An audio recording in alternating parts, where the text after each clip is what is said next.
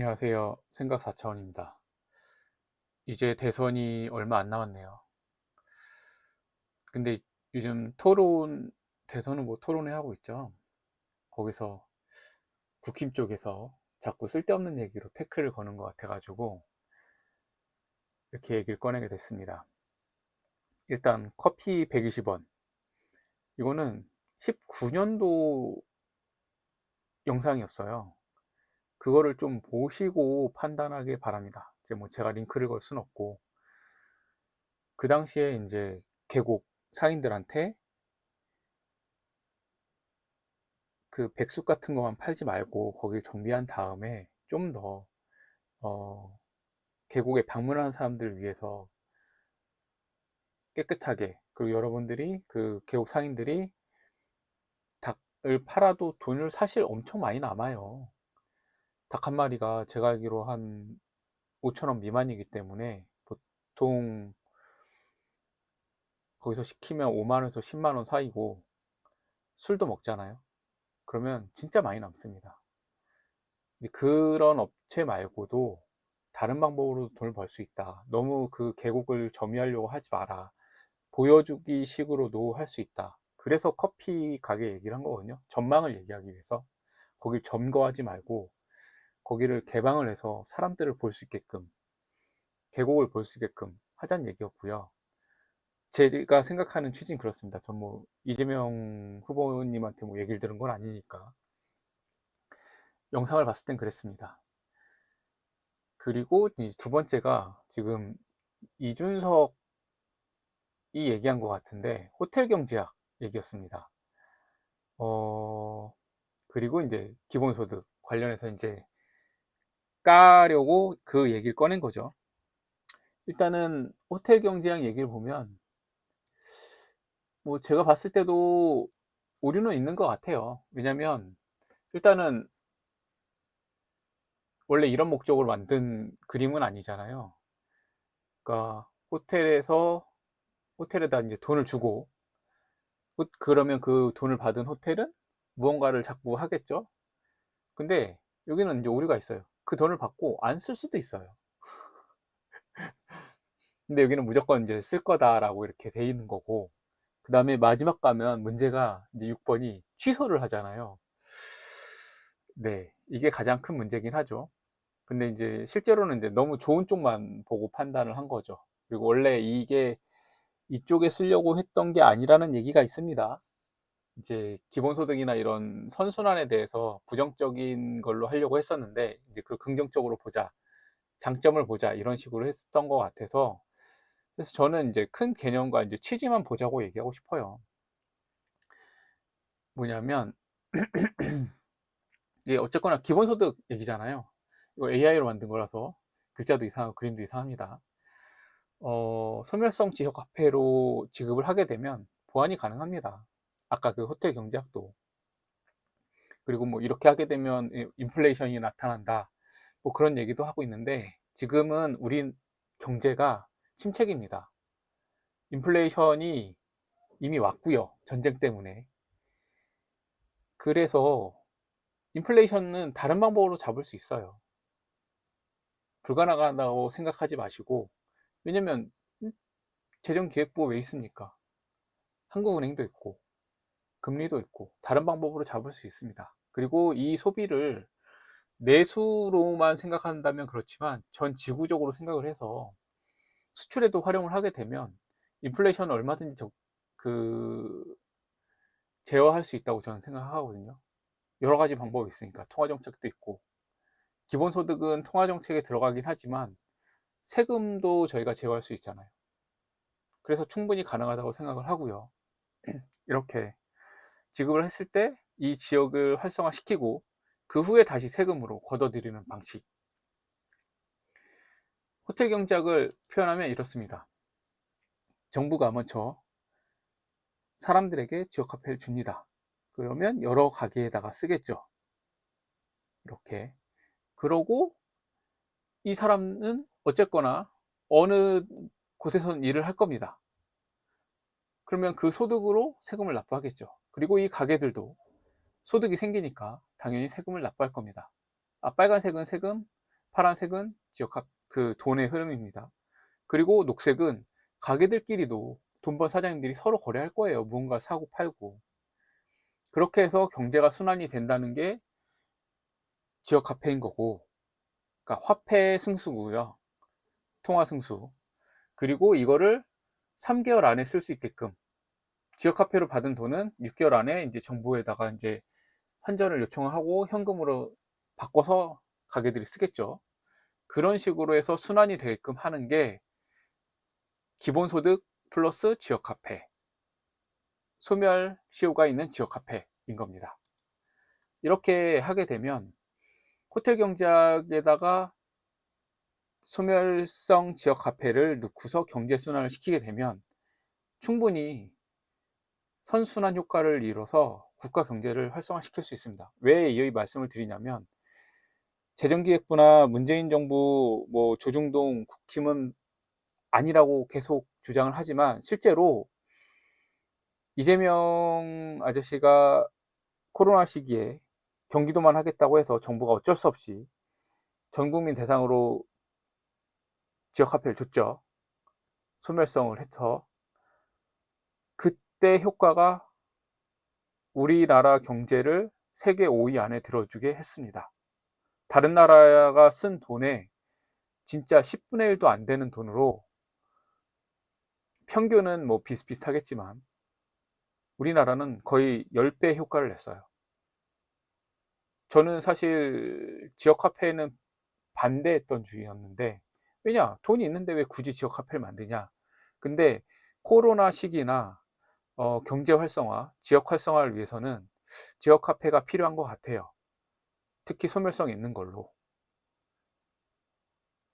그러면 충분히 효과가 있다고 생각합니다. 저는 소멸시효를 생각하지 않았기 때문에 지역화폐에 부정적이었지만, 코로나에서 이재명 아저씨가 한 걸로 봤을 때 효과가 있다고 봤습니다. 왜냐하면 돈을 쓰게 되니까. 이거 안 쓰고, 진짜 돈 있는 사람은 안 쓰고 버릴 수도 있겠죠. 기부할 수도 있고. 근데 그런 사람 진짜 못 봤습니다. 이거를 안 쓴 퍼센테이지가 제가 알기로는 5%가 안 되는 걸로 알고 있는데, 그 사람들은 지역화폐를 쓰는 방법을 몰랐거나, 지역화폐를 수령하는 걸 몰랐거나, 내가 깜빡하고 기간을 지났거나, 그 당시에 코로나 걸려서 못 나갔거나, 이런 상황이었겠죠. 제가 봤을 땐 그 외에는 효과가 있다고 생각합니다. 특히나 저소득층 같은 경우에는. 그래서 저는 이 쓸데없는 그 말투, 꼬투리 갖고 트집을 잡지 말고 큰 그림, 진짜 당신들이 국민을 위한 대통령이 돼서, 후보가 대통령이 되겠다고 후보로 나온 사람들이잖아요. 그러면 어떻게 해서라든지 어떤 하나의 현상을 가지고 그거를 국민들한테 좋은 혜택을 줄 수 있을까, 이렇게 생각해야지. 아, 그거 안 되는데, 그거 하면 이런 부정적인 효과가 있는데, 이렇게 얘기하면 안 됩니다. 사실 원전 같은 경우에는 그냥 봤을 때는 싼 것 같죠. 하지만 장기적으로 봤을 때 일본 후쿠시마, 체르노빌, 쓰리마일스, 쓰리마일스인가? 하여튼 이런, 그런 사례들을 봤을 때 그 지역을 쓸 수도 없고, 그게 우리나라 문명의 시간보다 훨씬 더 긴 시간 동안이 지나야지만 반감기가 이루어져서 인체에 유해하지 않게 되잖아요. 뭐 10만 년, 100만 년인가? 그랬던 것 같아요. 최소 100만 년, 몇백만 년이었던 것 같아요. 근데 그 시간 동안 우리 인류가 문명을 유지할 수 있을까요? 그 땅을 못 쓰는데. 특히 우리나라는 땅도 좁은데. 일본 보세요.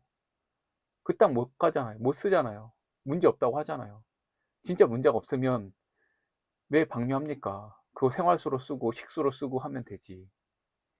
안 하잖아요. 못 하는 거죠. 기술이 없으니까. 그리고 거기서 나온 폐기물도 처리를 못 하고 있잖아요. 진짜 기술이 발달을 해서 이제 핵융합 기술이 발달하게 되면, 특히나 이제 소형 원자로라든지 이런 기술이 발달했을 때는 원자력 하면 좋겠죠. 근데 지금은 원자력이 답이 아니에요. 하다 보면 기술이 발전할 거다라고 얘기하지만, 그거는 연구소에서 충분히 돈을 들여서 연구를 하게 하면 됩니다. 근데 연구 예산 윤석열 때 깎았잖아요. 기초 연구 우리나라 못 하잖아요. 왜냐? 투자를 안 하니까. 무시하니까. 주입식 교육하니까. 창의적 교육 안 하고. 연구할 시간을 안 주잖아요. 생계가 유지가 안 되니까. 다른 나라들 왜 돈을 줘가면서 공부를 시키겠습니까? 무상으로 하고. 미국 빼고요. 공산국가들 사실 독재죠. 러시아랑 중국 이런 나라. 어떤 독재 국가는 기회를 아예 안 줘요. 어렸을 때 싹수가 안 보이면 기회를 안 주는데 러시아는 무상교육입니다. 전 그런 건 좋다고 생각해요. 물론 퀄리티는 좋지 않겠지만 먹고 살 기반이 안 됐는데 교육만 무상이면 뭐합니까? 근데 중국도 뭐 그렇죠. 근데 그렇지 않은 유럽 나라들이 있어요. 먹고 살 걱정도 안 하게 해주고 교육도 무상으로 해주고 그러면 어떻게 합니까? 아, 일하는 게 힘들다. 내 취향엔 안 맞다. 일하는 게. 나는 연구가 좋다. 공부가 좋다. 이런 사람들은 공부를 해서 좋은 성과를 낼 수 있어요. 뭐 저는 뭐 찬성은 아니지만 일본 같은 경우에는 네오디움 자석인 것 같아요. 그거를 전문 과학자가 아닌 사람이 발견해낸 거 내서 돈을 많이 번 걸로 알고 있습니다. 그 사람은 왜 안 되지? 라는 의문을 품었고 당연히 안 된다고 생각한 다른 사람들과 달리 계속 연구를 했어요. 마치 이런 거죠. 뉴턴이 그러니까 많은 사람들이 그냥 사과는 항상 땅으로 떨어지는구나. 실제로는 아니지만 그렇게 그런 기회를 한 건 아니지만 사과가 땅으로 떨어지는구나. 그래서 왜 그럴까라는 의문을 품었고 그거에 따라서 중력이라는 게 있구나 라는 거를 찾아낸 거잖아요. 그런 식으로 우리가 당연히 안 된다고 하는 불가능하다고 했던 것들 중에서 그걸 극복해낼 수 있는 인재가 있잖아요. 진짜 머리가 좋은데 기회가 없어서 공부할 기회가 없어서 공부할 돈이 없어서 여건이 안 돼서 환경이 안 돼서 못하는 사람들이 있습니다. 정말 많아요. 그다음 심지어 우리나라 같은 경우에는 요즘엔 좀 덜하긴 한데 저도 그런 축에 들어가죠. 영어를 못해서 실제로 외국 논문이나 이런 거 보면 대부분 영어로 써요. 그러니까 영어가 공용어니까. 그래서 영어를 못하기 때문에 그 수많은 자료를 검색해 볼 수 없어요. 그래서 조금만 임계점이라는 거죠. 물이 98도에도 안 끓다가 100도 되면 101도부터는 끓잖아요. 그러니까 101도를 될 수 있는 그런 지원을 못 해주니까 우리나라는 끌어나갈 수가 없는 거죠. 지금 우리나라 문명, 음식 이런 게 엄청 유명해지잖아요. 그 전까지 엄청나게 노력을 했는데 안 된다, 안 된다 생각을 했었어요, 사람들이. 우리나라 음식은 매워서 안 된다. 일본처럼 뭐 달게 해야 되고 맵지 않게 만들어야 된다. 이렇게 생각을 했는데 지금 불닭볶음면 보세요. 엄청 잘 팔리죠. 물론 맛있어서 팔리는 건 아닌 것 같고 그냥 뭐 챌린지 이런 현상인 것 같아요. 난 이렇게 한국 음식 먹을 수 있다. 근데 문화도 그렇지만 안 된다 안 된다 생각을 했다가 어느 순간 계속 쌓이고 쌓이고 쌓여서 익숙해지고 이 순간을 넘어갔어요. 물론 퀄리티도 올라갔지만 음식도 그렇고 그 순간이 넘어간 순간 지금 엄청나게 늘어나고 있잖아요. 저는 우리나라 기초과학도 이렇게 될 수 있다고 생각합니다. 왜냐? 계속 투입을 하다가 어느 순간에 넘어갈 수 있다고 생각해요. 사실 원자력도 그럴 수 있다고 생각은 해요. 하지만 아직까지 그 희망이 보이지 않잖아요. 우리가 생명 뭐 연장, 뭐 자동화, 기계가 일을 하고 사람은 노는 그런 사회를 꿈꿔왔지만 안 되잖아요. 아직까지. 왜냐? 그런 자본이나 기술력들이 치중돼 있거든요. 한 집단에. 그럼 그 집단은 그걸 가지고 돈을 벌려고 하지 그거를 공공재로서 풀려고 하지 않거든요.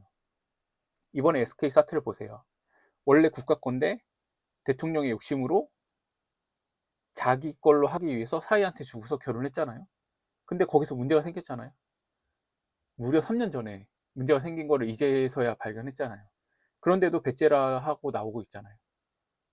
그러면 저는 대통령이라면 이거는 당연히 그 당시에 넘어갔던 게 불법이기 때문에 어, 소급해서 뭐 특별법을 통해서 국가가 환수를 한 다음에 공용망으로서 공용통신망으로서 서비스를 해도 된다고 생각해요. 저는 이제 5가지에 대해서는 최소한 무료로 해야 된다고 생각하거든요. 기본 생활을 할 수 있게끔 의식, 주, 그다음에 통신, 교통, 교육 이런 거죠. 의료. 그러니까 복지가 돼야 된다고 생각을 해요. 그중에 하나가 통신이 교통과 통신이 포함돼야 된다고 생각합니다. 그러면 더 많은 국내에서 활동, 이동이 일어날 거예요. 물론 회사들도 지방으로 분산하는 게 좋겠죠. 경제도 그렇고. 그러려면 그만큼 인프라가 갖춰져야 돼요. 인프라가 갖춰지지 않으면 가면 뭐 합니까? 허허벌판인데. 회사도 없고 행정 서비스도 안 되고 아프면 병원 가려면 무조건 서울 가야 되는데 그런 상황에서는 전 국토가 균형 발전할 수가 없어요. 물론 모든 국토가 균형 발전할 수는 없겠죠. 그러니까 중심이 있고 조금 중간 지역이 있고 외곽에 있는 거죠. 모든 도시가 그렇지만 최소한 이게 우리나라에는 산악 지역이 한 70에서 80% 정도 되잖아요. 그럼 30% 내에서는 한 그래도 15% 정도는 평균 인프라에서 살 수 있어야 되지 않을까 저는 생각합니다. 그러니까 우리나라 인구가 5천만이니까 500만 도시에 아니면 1000만 도시를 5개를 만들든가 500만 도시를 10개를 만들든가 이 정도 해야 된다고 생각을 해요. 뭐 기본소득에서 되게 좀 많이 벗어난 주제긴 한데 저는 이재명 아저씨가 임기 내에 할 수 없다고 생각을 하고 다음 대통령이 해거나 아니면 법을 바꿀 때 임기가 이미 끝났지만 이재명 아저씨가 다시 재도전할 수 있는 물론 잘했을 경우에 뭐 못했을 때는 뭐 감옥도 가겠죠. 잘했을 경우에는 재도전해서 미국처럼 뭐 좀 텀이 있은 다음에 다시 대통령 도전할 수 있잖아요. 아니면 대통령에서 끝나는 게 아니라 뭐 도지사를 한 번 더 하거나 서울시장을 하거나 뭐 국회의원을 하거나 이렇게 해서 뭔가 좀 도움이 될 수 있는 일을 나이가 아직 젊으니까 뭐 나이가 많죠. 하지만 80대까지 일을 할 수 있다는 취지 하에 본인 의지야 뭐 국민들의 뭐 요청이 필요하겠죠. 정말 잘했을 경우에 그런 기회를 줬으면 좋겠습니다. 그리고 저는 대통령 후보는 행정과 경력이 없으면 안 된다고 생각합니다. 경력만 필요한 게 아니라 성과도 필요하죠. 거짓된 성과가 아니라. 왜냐면 오세훈 시장 같은 사람 뽑아나 봐요. 서울시장 할 때마다 망치잖아요. 이런 사람이 대통령이 되면 전 국민을 망칩니다. 원희룡 보세요. 뭐 거짓 얘기하는 인천시장. 네. 이런 사람들 홍준표 보세요. 얼마나 망쳤습니까? 그 지방의 경제를, 그 도의 경제를. 근데 자기 경력이 있다고 잘한다고. 김문수 아저씨 보류하겠습니다. 중간은 아니고 한 40점 정도 주겠습니다. 못하진 않았으니까. 근데 지금 김동연 지사 보세요. 엄청 못하지 않습니까? 이재명 아저씨가 해놓은 거 그냥 아무것도 안 하고 그냥 놀러만 다니고 있어요. 그러니까 이런 사람들은 대통령이 되면 안 됩니다. 그래서 저는 사실 어, 원래 정치 경제가 같은 카테고리에 있었던 건데 지금 분리가 된 거거든요. 왜냐면 두 개를 떼어놓고 살 수가 없어요. 정치는 경제에 영향을 주고 경제도 정치에 영향을 줍니다. 경제를 못 이끌어가면 정치가 바뀌잖아요. 일본도 그렇고. 그런 식으로 저는 정치력도 필요하지만 행정가 능력이 없는 사람은 대통령 후보가 되면 안 된다고 생각합니다. 그래서 민주당에서는 제가 봤을 때 시장들을 잘 키우고, 네. 이런 사람 중에서 뭐 정치를 몇 번 시키거나, 왜냐면 정치도 알아야 되니까. 그렇게 하고, 뭐 정치가였다가 도지사나 뭐 시장 같은 걸 하고, 그 후에 어느 정도 진짜 경력과 성과가 쌓이면 대통령 후보로 이렇게 입후보할 수 있게끔, 그래서 경쟁력 있는 후보를 만들어내는 게 맞다고 저는 생각을 합니다. 어느덧 또 20분이 됐네요. 방송 이제 제가 쓸데없는 잡소리가 너무 길어서, 그리고 원래 이제 원래는 이제 호텔 경제학이랑 기본소득이었는데 좀 다른 데로 많이 빠져서 한 10분 정도 더 하긴 한 것 같은데, 왜냐면 이게 두 개가 다 연결돼 있어요. 제가 항상 똑같은 얘기하는 것 같긴 하지만 뭐 어쩌겠습니까? 누가 들어주지도 않고. 그 다음에 사실 이재명 아저씨한테 이제 제안을 하고 싶긴 한데, 대통령이 되면 제안 안 받겠죠. 뭐 다른 사람을 통해서 하게 되면 뭐 비선 실세 이런 얘기가 또 나올 수 있으니까,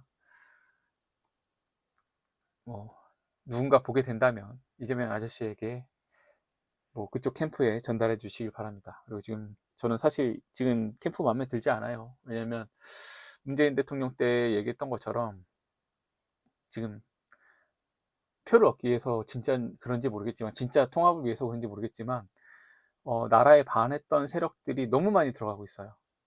그러니까 그 사람들이 다시 그 요직에 차지하게 되면 문재인 때, 윤석열 때와 같은 상황이 똑같이 발생할 게 뻔한데, 잘 통제가 이재명 아저씨가 할지 모르겠지만 하고 있다가 정권이 바뀌었는데, 노무현 아저씨 때 뭐 권력 잡았던 사람이라고 하면서 국힘 쪽에 이제 친 기득권 세력인 거죠. 적폐 세력인 거죠. 그러면서 이제 다시 나라를 자기 입맛대로, 자기 이익을 위해서 바꿔가려고 하는 사람 남아서 이제 그런 역할을 하겠죠. 다음 대통령이나 이런 사람들이 좀 뭔가 모르는 문재인 같은 사람이다, 아니면 그러니까 적폐 세력에 동조하는 세력이다 면 나라는 다시 망가질 겁니다. 그래서 주의를 해야 되는 것 같아요. 이 사람은 이런 과거 경력이 있었다. 그러니까 그거를 기록에 남겨놓고 문서화하고 모든 국민이 볼 수 있게끔 해야 된다고 생각합니다. 이 사람이 어떤 일을 했고, 어떤 성과를 냈고, 어떤 대통령 때 어떤 일을 했다, 그 지시에 따랐다, 그 지시에 반대했다, 부당한 지시에 반대했다, 그런 거를 다 기록에 남겨서 볼 수 있게끔, 모든 국민이 볼 수 있게끔 해야 된다고 생각합니다. 저는 정치인도 마찬가지고 시장도 마찬가지고 공인이잖아요. 안 그러면 공직자에 나가면 안 된다고 생각합니다. 내 기록을 볼 수 있다, 우리 가족이 이렇게 해서 돈을 벌었다, 못 벌었다, 손해를 봤다, 그래야지 부정부패를 안 할 거라고 생각합니다. 왜냐면은 월급만으로 그 재산이 증식할 수 없는데 갑자기 돈이 생겼어요. 투자를 잘했대요, 부인이.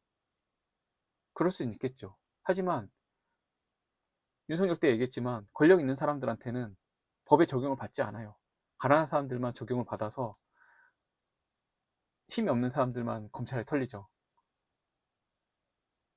힘이 없다고 할 수는 없지만 권력에 반대하는 세력을 죽이기 위해서 김혜경 여사처럼 10만 8천 원에 집행 1년 징역인가요? 벌금형인가요? 하여튼 뭐 이런 식으로 처벌하는, 300만 원 받은 김건희는 관련성 없다, 무죄, 이런 식으로 처벌하려고 하는 검찰처럼, 저는 뭐 이건 다음에 또 영상을 만들어야 되겠지만, 행정가라면, 공직자라면 그 사람이 어떤 일을 했고, 어떤 부당한 일에 찬성했고, 긍정적 일에 힘을 보탰고, 부당한 일에 반대했는지, 그 다음에 성과가 어떤지를 다 기록으로 남겨서 점수화는 할 수 없더라도 국민들이 판단할 수 있게끔 해줘야 된다고 생각을 합니다. 25분이네요. 금방 끝내려고 했었는데, 이번 방송 여기까지 마치고요. 이제 저는 사전투표도 되게 이상하게 지금 바뀌어가지고 실수하시는 분들이 많이 나올 것 같긴 한데, 본투표를 하려고 합니다. 저 같은 경우에는 본투표까지 별일 없길 바라고, 그 사이까지 행복하시길 바랍니다. 진짜 이재명 아저씨한테 큰 문제가 안 생기길 바라면서 오늘 방송 마치겠습니다. 감사합니다.